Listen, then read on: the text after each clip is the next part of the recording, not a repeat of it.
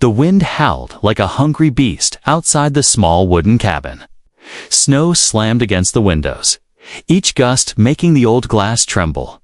Inside, Ethan Cole sat alone near the fire, the warm orange light flickering across his tired face. It was another quiet night in the frozen wilderness, and he liked it that way. No neighbors for miles, no trouble. No voices, just the sound of the fire and the endless storm. But tonight was different. Under the roar of the wind, a faint noise reached his ears. At first, he thought it was just the storm playing tricks. Then it came again, a soft scratching. Sound like nails dragging against wood. Ethan frowned and set down his mug of tea. His muscles tensing. He reached for the old hunting knife resting on the table. Slowly, he walked toward the door. Every step heavy on the wooden floor, the scratching stopped. For a moment, only the wind remained. Ethan's hand hovered over the latch. His breath held. Then he heard its 3 soft knocks, quick and weak. It wasn't the kind of knock from a neighbor or a traveler. It was desperate, almost frightened. He pulled the door open just enough to see, and there she was, a young, alien woman, barely standing, snow clinging to her torn clothes. Her skin was pale with a faint shimmer, and her large eyes were wide with fear. Her lips trembled, her breath clouding the air in short gasps. She didn't ask if she could come in. She staggered forward, as if her body no longer obeyed her. Ethan caught her before she hit the floor. She was freezing, her body shaking violently in his arms. Her voice was a whisper, weak and broken. "Please, I can cook, clean, bear your children. Just don't throw me out." The words hit him like a punch. He had heard strange things in his life, but never anything like this. He shut the door quickly. Locking it against the storm, the woman clung to him for a second before her knees gave way. Completely, Ethan laid her gently near the fire, covering her with the thickest blanket he owned. Her eyes closed, but he could tell she was still awake. Every muscle in her body was tense, like a wild animal ready to flee. "Who are you?" he asked, his voice calm but firm. She didn't answer, just kept her gaze on the fire. Her breathing was slow, almost measured, as if she was forcing herself to stay conscious. Ethan brought her a cup of hot water and crouched beside her. "Drink this," he said.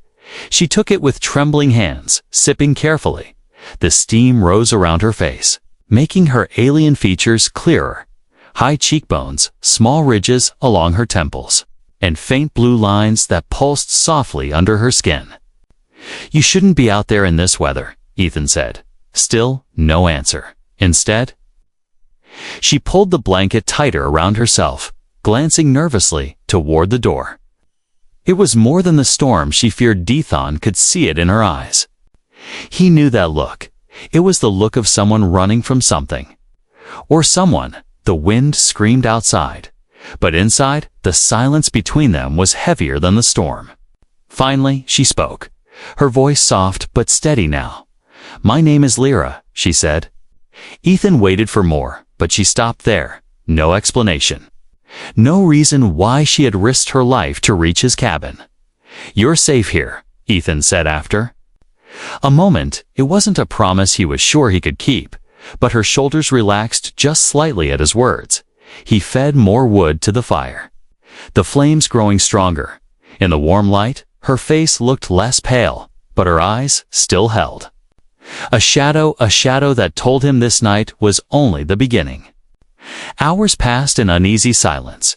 Lyra stayed close to the fire, refusing to remove the blanket. Ethan noticed faint marks on her wrists, like the outline of something that had been wrapped around them too tightly for too long. Chains, he thought, but he didn't ask. He could tell by the way she avoided his eyes that any question would shut her down completely. As the night deepened, the storm outside grew worse. Yet, over the roar of the wind, Ethan thought he heard something else, a sound that didn't belong to the storm. Footsteps, slow and deliberate, crunching in the snow outside his cabin. He moved toward the window and peered through a thin gap in the curtain. Nothing but darkness and snow swirling under the moonlight. But the hairs on the back of his neck stood on end. Someone was out there when he turned back. Lyra's eyes were locked on him. She didn't speak. But he could see it in her expression. She had heard it too. And whatever was outside, it was looking for her. The fire burned low, throwing long, dancing shadows on the cabin walls. Lyra sat wrapped in the blanket, her eyes fixed on the flames, but her mind far away. Ethan could tell every muscle in her body was tight, her shoulders stiff, her ears tilting slightly at every sound outside. She was listening for something, or someone. The storm might have been deafening to him, but she seemed to hear beyond it. He poured more wood onto the fire, the crackle breaking the silence. "Lyra," he said softly, "you need to tell me. What's going on?" She didn't move, didn't blink. Her hands small, delicate, with faint blue veins glowing under the skin, tightened around the edge of the blanket. "I told you my name," she murmured finally. Her voice was so low, he almost didn't catch it. "That's not enough," Ethan replied, his tone firm, but calm. "You showed up at my door in the middle of a storm, half frozen, saying things. No one just says to a stranger, 'You need to tell me why.'" Her eyes flicked to him for the first time since she entered. There was something in them, fear, yes, but also a strange kind of shame. "I can't," she whispered, "can't or won't." Ethan asked. Her lips trembled, but she stayed silent. Outside, the wind shifted, carrying with it the sound of a branch snapping. Ethan's head turned toward the door instantly. But Lyra's reaction was sharper. She flinched, pulling the blanket tighter, her gaze fixed on the entrance as if expecting it to burst open at any moment. "Who's out there?" Ethan asked quietly. Lyra shook her head, her eyes wet now. "You don't want to know," she said. "That's exactly why I do," Ethan replied. She looked at him for a long moment, then down at her hands. Her voice was barely more than a breath. "They'll find me. They always do." "Who?" "The ones who owned me." The word cut through the air like ice. Ethan felt his jaw tighten. Owned. He had heard of alien slave rings in the outer territories, but they were far from this frozen stretch of wilderness, or so he thought. "I wasn't always here," she continued, her eyes on the fire again. "I was bought, traded." Kept her breathing quickened, her words coming faster. "They wanted me for breeding. Their bloodline is dying. They need." She stopped, swallowing hard. "I ran away." Ethan leaned back slightly, his mind processing her words. She was a fugitive, and whoever these owners were, they weren't just going to let her go. "How far did you come?" he asked. "Far enough to freeze," she said with a bitter smile, "but not far enough to be safe." Silence returned for a moment, broken only by the pop of the firewood. Then Ethan asked the question that had been sitting on his tongue since the moment she arrived. "Why me? You could have gone to the town patrol. The station guards, they'd give me back." She cut him off sharply. Her eyes met his, and for the first time, there was a flicker of trust there. "You're human. You don't belong to them." "I thought maybe you'd understand." Ethan didn't answer right away. He didn't know if he understood, at least. Not yet. But he did know one thing. If someone was out there hunting her, they'd have to come through him first, before he could say anything. There was a soft knock at the door. 3 times, slow and deliberate. Ethan's hand went to the knife on the table. Lyra's face went pale, her breath catching in her throat. She shook her head violently, mouthing the words. "Don't open it." The knocking came again, this time followed by a voice, deep and smooth. "Evening, human. I'm looking for someone." Ethan's grip on the knife tightened. "Not interested," he called back. The voice chuckled, a sound that made the hairs on his arms stand up. Tall, pale skin. Blue markings. It's probably scared and hiding. "Have you seen her?" Lyra pressed herself back against the wall, her eyes locked on Ethan. He hesitated for half a second, then said firmly, "No one like that here." A pause. Then the voice replied, "If you're lying, it won't end well for you." Footsteps crunched in the snow as the stranger walked away. But neither Ethan nor Lyra relaxed. The man's tone hadn't been the kind that gave up easily. Ethan sat back down, eyes still on the door. "You're going to have to tell me everything," he said.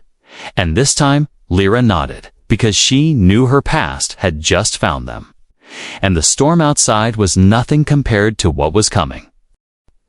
The morning came slow, with a gray sky and air so cold it seemed to freeze the inside of the lungs. Ethan barely slept, his mind replaying the voice from the night before. Lyra stayed curled near the fire, her eyes half open, watching the door. As though it might open by itself, every crack of the wood in the walls made her flinch. She wasn't just scared, she was expecting something to happen. Ethan brewed a pot of strong coffee, the smell filling the cabin. He handed her a steaming cup, but she only wrapped her fingers around it, not drinking. "They'll be back," she said quietly. "You sure?" Ethan asked. "Yes," she whispered. "He never asks twice, unless he's planning something." Ethan had heard that tone before from soldiers talking about enemies who didn't stop until they had what they wanted. Whoever this alien man was, he wasn't just looking for her, he thought she belonged to him. The first sign came before noon. A faint crunch of footsteps on snow, slow and deliberate. Then a shadow moved outside the window. Ethan didn't move, didn't even look directly, he only caught it in the corner of his eye. Lyra froze, her eyes wide. The knock came again. But this time, it was louder, heavier. When Ethan opened the door a crack, the cold wind rushed in, along with a tall figure.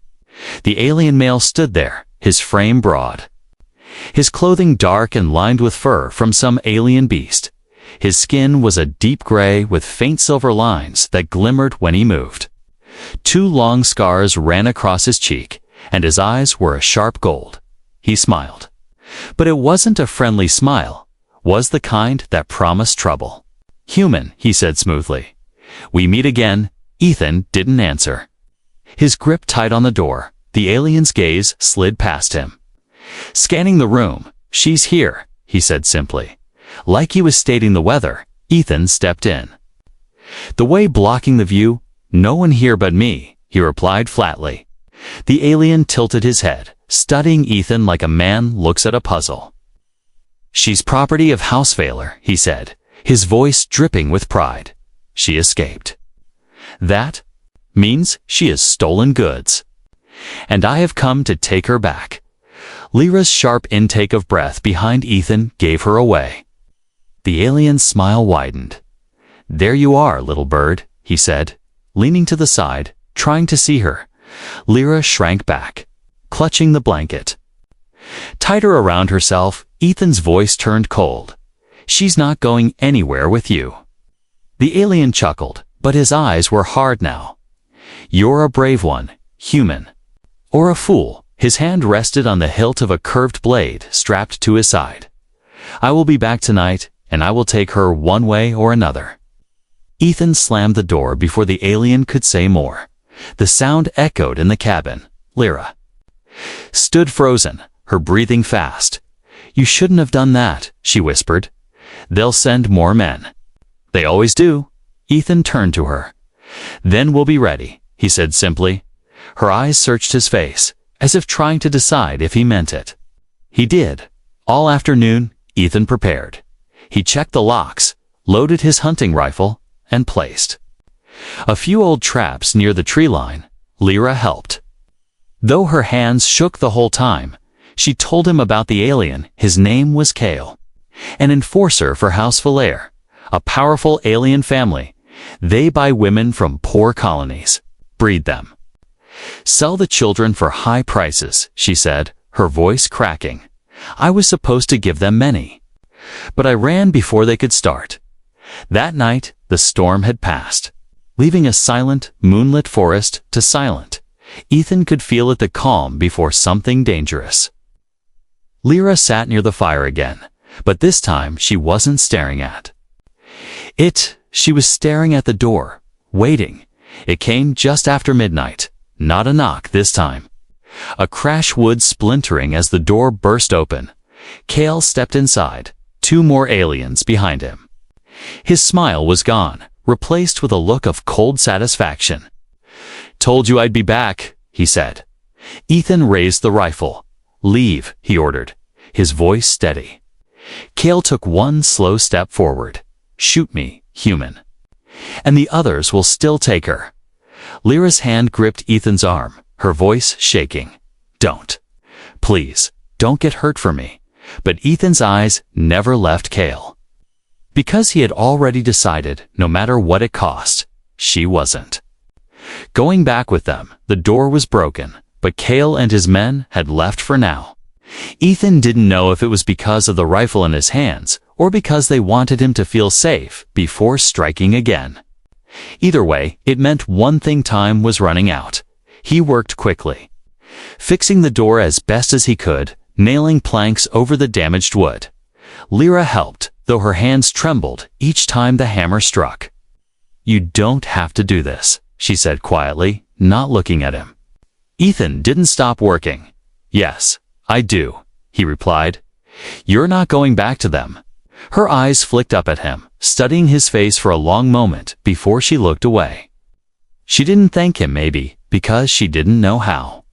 Or maybe because the words felt too small for what he was doing. The next days were strange. The snow was deep outside, making travel dangerous. It meant they were stuck together, alone in the cabin. At first, they barely spoke. Lyra stayed near the fire, silent, always glancing at the door like it might burst open again. Ethan busied himself with chopping wood, checking the traps outside, and keeping the fire alive. But slowly, something began to change. One morning, when Ethan came in from the cold, the smell of food greeted him. On the table was a pot of stew, thick, rich, hot, and unlike anything he had tasted before. "You cooked this?" Surprised, she nodded shyly. "It's from my world. I thought maybe you'd like to try." He sat down and took a spoonful. The flavor was warm, earthy, and slightly sweet. He couldn't help but smile. "It's good," he said. "Really good." From that day, meals became something they shared. Lyra taught him how to use strange dried herbs and powders she had carried in a small pouch tied to her waist. In return, Ethan showed her how to split firewood without hurting her hands and how to use human tools. Sometimes they would talk about small things like the weather, or the way the forest looked under the moonlight. Other times, the silence between them was comfortable, yet the shadow of danger never left. At night, when Ethan pretended to sleep, he could hear her whispering softly in her own language. Sometimes it sounded like prayers, other times like apologies, and once he heard her cry. The sound muffled under the blanket. One evening, as the snow fell gently outside, Lyra sat across from him at the table. She was quiet for a long time before speaking. "You're different from other humans I've met," she said. Ethan raised an eyebrow. "You've met a lot of humans." "A few. Most wouldn't help someone like me," she replied, her gaze dropping to her hands. "They see an alien woman and think of what they can take, not what they can give." Ethan didn't answer right away. He wasn't the type to explain himself. Instead, he said, "You're safe here. That's all that matters." But safety was a fragile thing. On the 4th night after Cale's visit, Ethan found tracks in the snow near the tree line, fresh tracks, too big to be his. He followed them for a short distance and saw where someone had stood, watching the cabin from a distance. When he came back, Lyra was by the window, her eyes scanning the trees. "They're close, aren't they?" she asked without turning. Ethan nodded. "Closer than I'd like." That night, he kept his rifle loaded and within reach. Lyra sat by the fire, her knees pulled to her chest. You should sleep, Ethan told her. She shook her head. If they come, I don't want to wake up in their hands. It wasn't just fear in her voice. It was memory. She had lived through being taken once, and the thought of it happening again was worse than death to her. As the hours passed, the fire burned low. Ethan sat across from her, his eyes heavy, but his mind alert, through the crack in the boarded door. The wind carried faint sounds, footsteps crunching on snow, moving slowly, carefully. They were being watched. Ethan's hand went to the rifle. Lyra met his eyes, and in that silent moment, both of them knew life in the cabin had given them a fragile peace, but that peace was about to shatter. The days of uneasy waiting ended with the first break in the weather. The blizzard that had locked the forest in silence began to fade by afternoon. The snow had stopped falling, and the sky was a dull silver instead of the storm's black and white fury. It should have felt like relief, but to Ethan and Lyra, it felt like a warning that evening. Ethan went outside to check the traps. The cold air was still sharp, but without the storm's cover, every sound carried farther. His boots crunched over the hard snow, each step loud in the stillness. Near the edge of the forest, he saw them fresh. Tracks, not his, not Lyra's, more than one pair, heavy and deep. Moving in a half-circle around the cabin, someone had been scouting. Someone was waiting for the right moment. When Ethan came back inside, Lyra was at the table. Sewing a tear in her blanket, she looked up, reading his face instantly. "They're here," she said. More statement than question. "Not yet," Ethan replied, hanging his coat on the wall, "but soon." The hours dragged into night. Lyra moved around the cabin, but her movements were slow. Distracted, Ethan cleaned his rifle, checking the rounds again and again. The firelight danced against the walls, but instead of warmth, the air in the cabin was thick with unspoken fear. It happened just past midnight. The first sound was the crunch of snow under many feet. Ethan's head snapped toward the door. Then came the faint glimmer of lights through the gaps in the boards, a soft, moving glow that could only be lanterns or torches. Lyra froze in the corner, her eyes wide. "They're here," she whispered, her voice shaking. Ethan moved to the window, lifting the corner of the curtain just enough to see.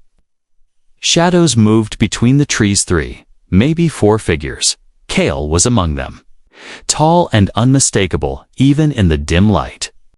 He was speaking to one of the others, his breath visible in the cold. They were spreading out. Surrounding the cabin, Ethan turned to Lyra. "We can still try to run," he said. She shook her head instantly in the snow. "They'll catch us before we reach the tree line." Her hands were clenched around the edge of the blanket, but her eyes were steady now. "If we have to fight, I'll help." Ethan gave her a sharp look. "You're staying inside," he said firmly, before she could argue. A deep voice rang out from just beyond the door. "Human, step outside. We'll make this quick." It was Cale, his tone laced with mockery. Ethan didn't move. "Come in if you want something." He called back, his voice calm but hard. There was a pause. Then Cale laughed. "You'll regret that." The first blow came fast. A heavy kick against the patched door, making the planks groan. Another kick splintered part of the wood. Ethan raised the rifle, aiming at the gap. But instead of charging through, the attackers moved to the windows. Testing the weak points of the cabin, glass shattered on one side. Ethan fired once, the sound deafening in the small space. A shadow pulled back with a curse in a language he didn't know. Then another figure tried the other side, but Ethan swung the barrel toward them, forcing them back. Cale's voice came again, low and cold. "You're just one man, human. You can't keep her from us forever." Ethan's jaw tightened. "Watch me," he growled. The fight dragged on for what felt like hours. Every few minutes they tested the cabin's defenses. Looking for a weakness, Lyra stayed low, passing Ethan extra rounds, her hands shaking but her eyes never leaving the door. She didn't scream, didn't cry, only watched, waiting for the moment they would break through. Then, as suddenly as it began, the noise outside faded, the shadows melted. Back into the trees, Ethan kept the rifle ready, his heart pounding. He didn't trust the silence. Finally, after several long minutes, Lyra spoke. "They're not gone," she said, her voice trembling. "They're just waiting for morning." Ethan knew she was right. Cale wasn't the kind of man to walk away without what he came for. And when the sun rose, the real storm, the one made of blood, steel, and desperate will would begin. The first light of dawn crept through the cracks in the cabin walls. Ethan hadn't slept a single moment. He sat in a chair by the door, rifle in his lap, eyes fixed on the woods beyond the frosted window. Lyra was curled in the corner under the blanket. Not sleeping either, just watching him. They didn't need to speak to know what both were thinking. Cale and his men were still out there. The snow outside had settled into a white, unbroken sheet. Ethan knew that if they stayed, the cabin would turn into a trap. One push, one distraction, and Cale could have them surrounded inside with nowhere to go. They needed to move before he struck again. By mid-morning, Ethan had made his decision. "We can't hold here," he said quietly. Lyra's head lifted. "Where will we go?" "There's an old human outpost 2 days north. Abandoned, but it has a radio. If it still works, we can call for help." Her brows furrowed. "And if it doesn't?"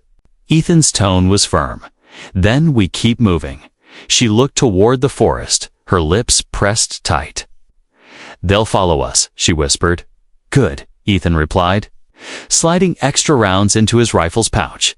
"At least then they won't burn the cabin down on top of us." The next hour was spent in hurried preparation. Ethan packed what little food they had: dried meat, some bread, and the pouch of alien herbs Lyra had guarded since she arrived. He gave her his thickest coat, one far too large for her, but better than her torn clothes. Outside, the air was sharp, each breath stinging. The forest stood quiet, but Ethan knew it was the kind of quiet that meant eyes were watching.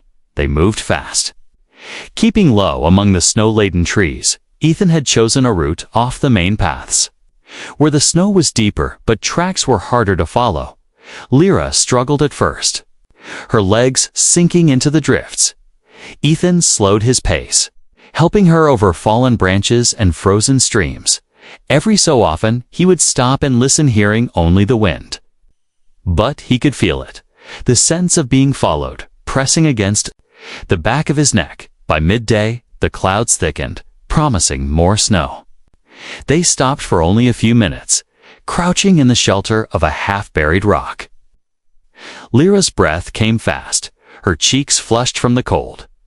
"I'm slowing you down," she said. "You're still moving," Ethan replied, handing her a piece of bread. "That's what matters."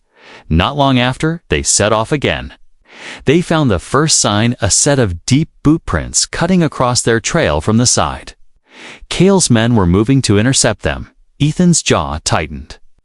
He veered off into a narrow ravine where the snow was untouched, using the natural slope to hide their trail, but the detour cost them time. By the time the pale sun began to sink, they were still miles from the outpost. The temperature dropped sharply, the cold cutting through even Ethan's thick coat. Lyra's steps grew slower, her breaths coming in small, visible clouds when she stumbled the third time. Ethan caught her before she hit the snow. "You need to rest," he said. She shook her head. "If we stop, they'll catch us." He knew she was right, but he also knew she wouldn't make it if she collapsed completely. Scanning the trees, he spotted a hollow beneath a cluster of thick pines. It was just enough to shield them from the wind. They crouched there, huddling together for warmth. For the first time since they'd left, Lyra spoke more than a few words. "When I was taken," she said softly, "I thought I'd never see the sky without bars again. I didn't think I'd ever have a choice in where I went." Ethan glanced at her. You still have that choice, he said. You just have to make it to the outpost. Her eyes held his for a moment before she nodded. Something in her face had changed, not the fear. But the way she carried it, it was no longer just terror. It was determination. When the moon rose, they started moving again. The snow crunched under their boots. The cold air sharp and clear. But now, Ethan could hear it faint, but their footsteps. Behind them, keeping pace, Cale's voice drifted on the wind, low and mocking. Run, little bird. Run while you can. Ethan's grip tightened on his rifle. The outpost was still far, but he had no intention of letting Cale close the gap. If they had to make their stand in the snow, then so be it. The night seemed endless. Each step through the snow felt heavier than the last. Ethan could feel the weight of every hour without sleep, every muscle aching from the cold.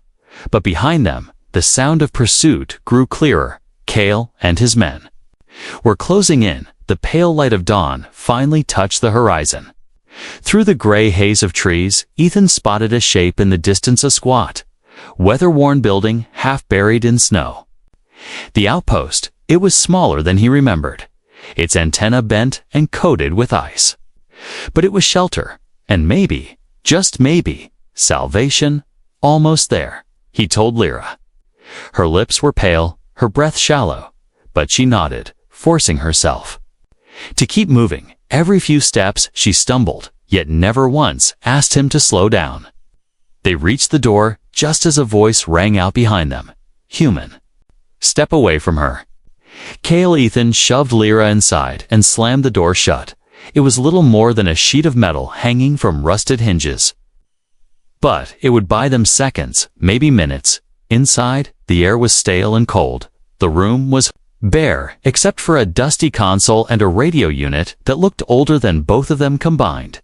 Ethan rushed to the controls, brushing away the frost.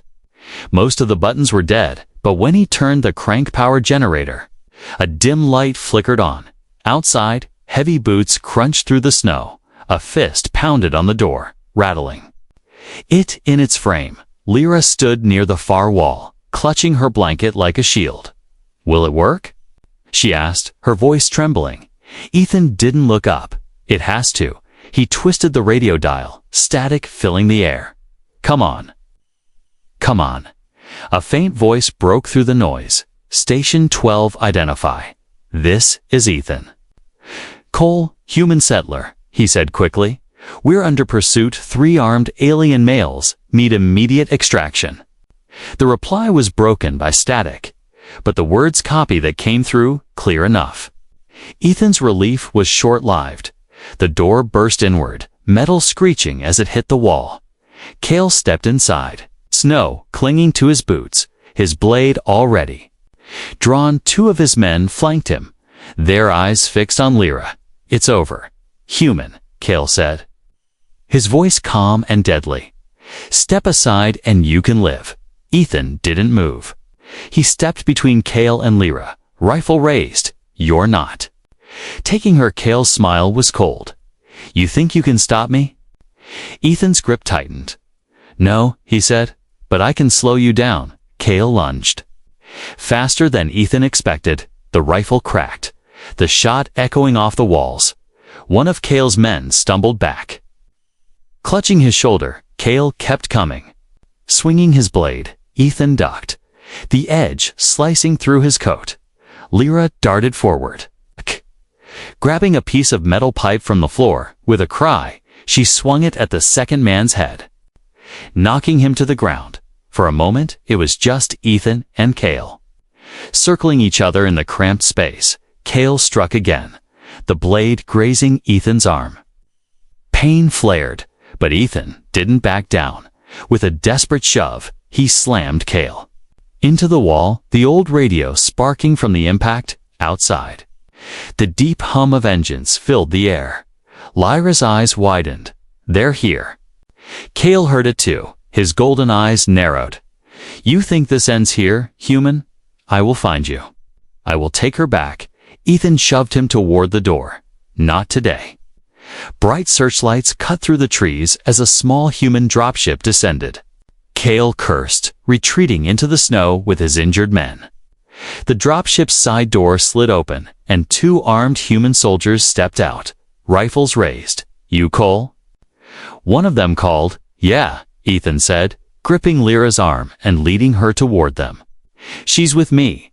They climbed aboard, the warmth of the ship washing over them as the hatch closed. Lyra sank into the seat, her hands still. Trembling, Ethan sat beside her, his arm bleeding, his breath still fast. For the first time since she had entered his cabin, Lyra smiled small. "Tired, but real. You kept me safe," she said softly. Ethan looked out the window as the dropship lifted into the sky. "Get used to it," he replied. "I'm not done yet." The forest shrank below them, the outpost becoming a dot in the endless white, but far away, near the edge of the trees. A small figure stood watching the glint of gold eyes catching the morning light. Cale wasn't finished, and Ethan knew it. This was only the beginning.